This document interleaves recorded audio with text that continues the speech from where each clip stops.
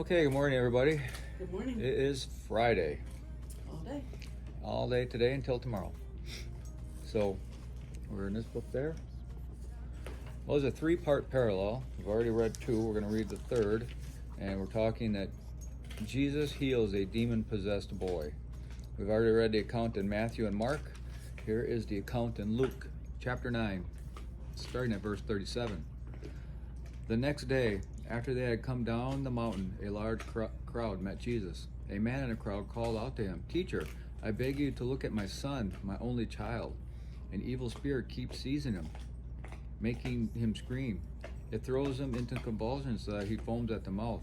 It batters him and hardly ever leaves him alone.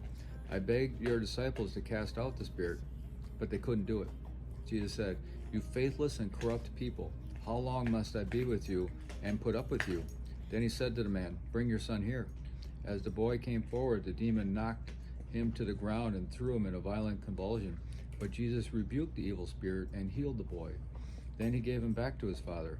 All gripped the people as they saw this majestic display of God's power. Now the commentary for Luke. Peter, James, and John experienced a wonderful moment on the mountain, and they probably didn't want to leave. Sometimes we too have such an inspiring experience that we want to stay where we are, away from the reality and problems of our daily lives. Knowing that struggles await us in the valley encourages us to linger on the mountaintop. Yet staying on top of the mountain prohibits our ministering to others. Instead of becoming spiritual giants, we would soon become dwarfed by our self-centeredness. We need times of retreat and renewal, but only so we can return to minister to the world. Our faith must make sense off the mountain as well as on it.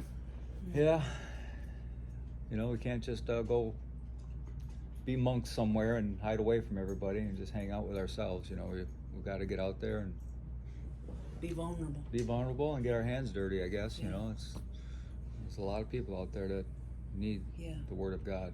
And we do too. And a lot of times whenever everything's going right,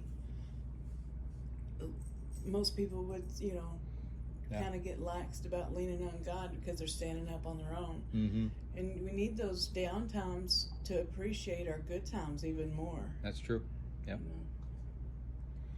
Okay. Hope everybody has a glorious day, and we'll talk to you later.